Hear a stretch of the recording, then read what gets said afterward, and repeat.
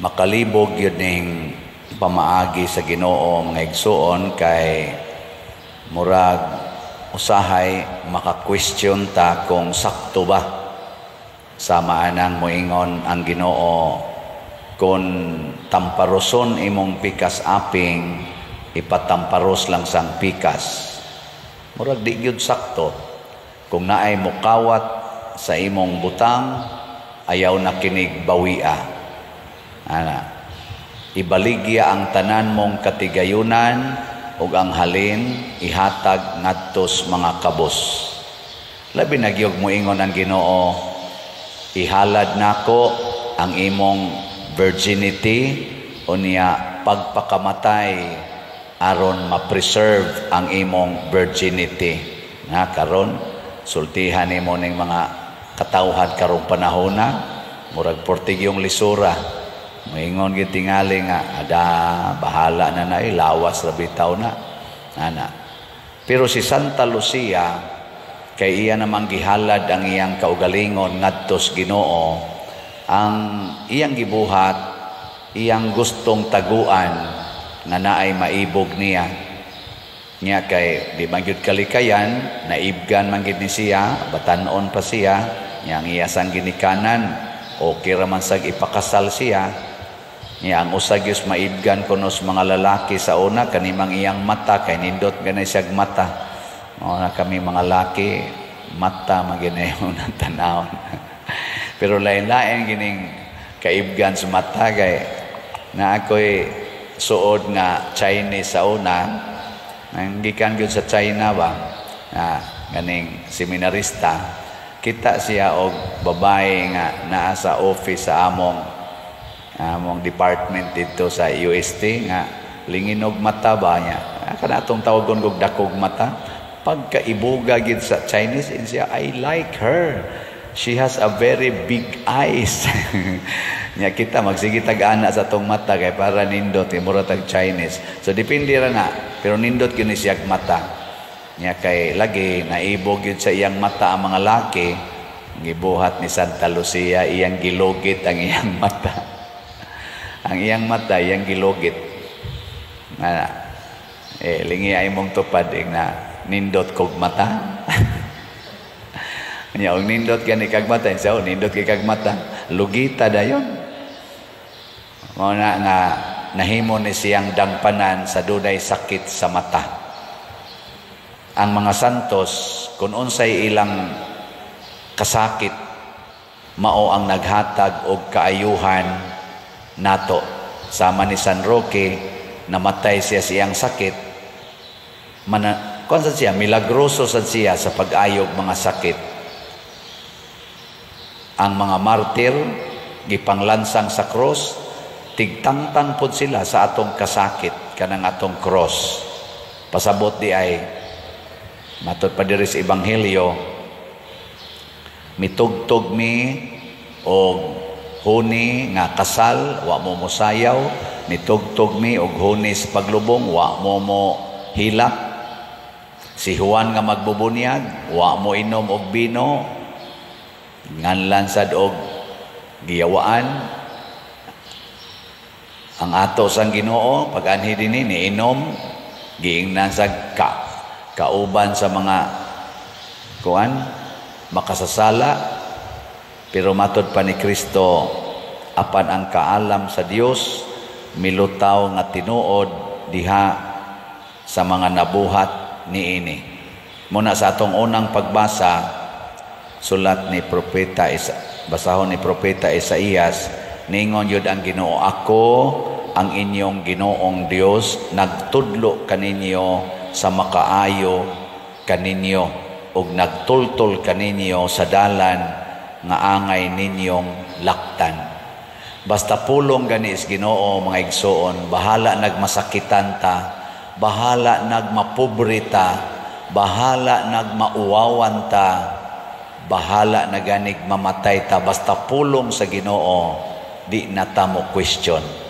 Ato nang sundon. Kaya nga naman, dili lang na maghatag og kaayuhan nato, maghatag pag nagkaayuhan sa kalibutan. Pero pulong gani sa tao, bisag unsa pa na kagamhanan nga tao, bisag presidente panas nasod or usa na siya kahari, usa ka pari, usa ka obispo, usa ka santo papa, bisan pag unsa na iyang pulong, bisan pag musaad na nga makalipay nato, makahatag nato kaayuhan, makapadato nato, makapasikat nato, ato ng questionon. Ato ginang questionon. Nya unsaon nato pag question?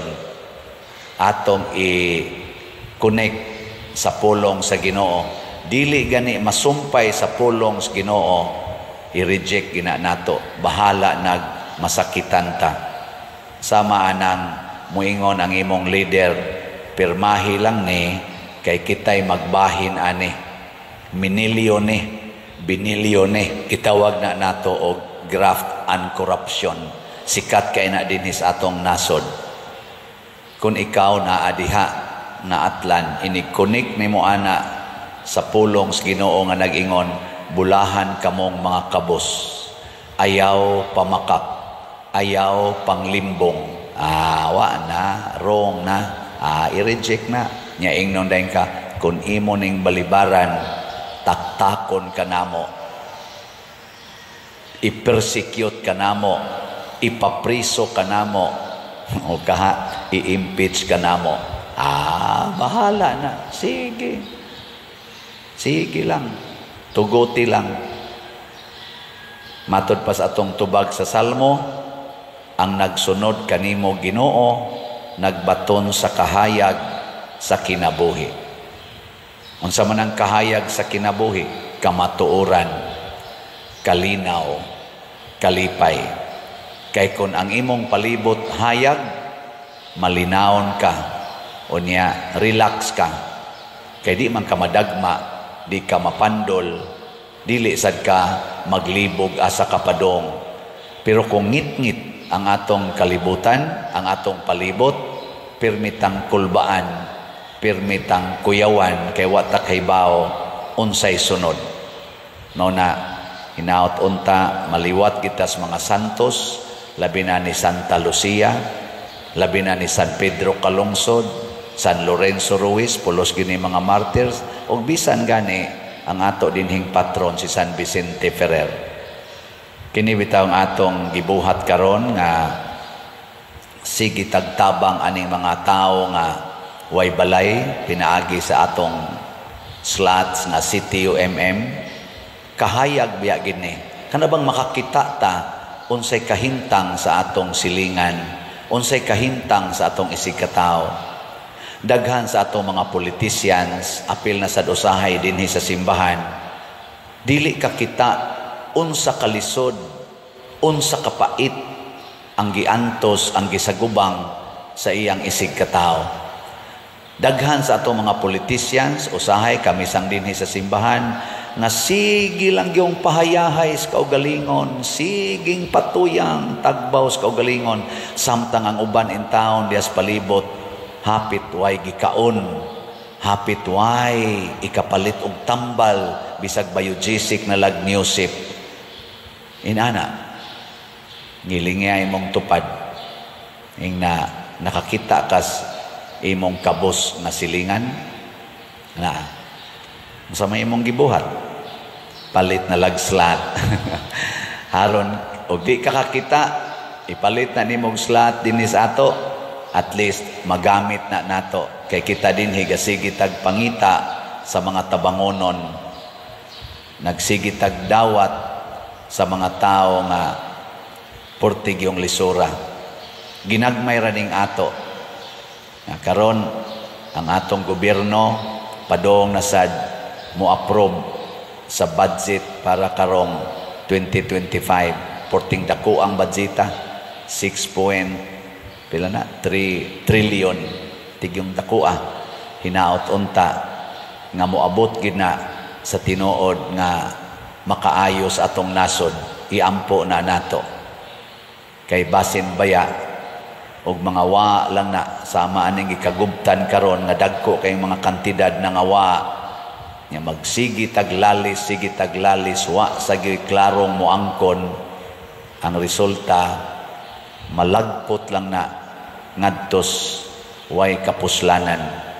Atong iampo nga mahimo unta gitang parihas mga santos, pariha sa mahal nga Birhen Maria.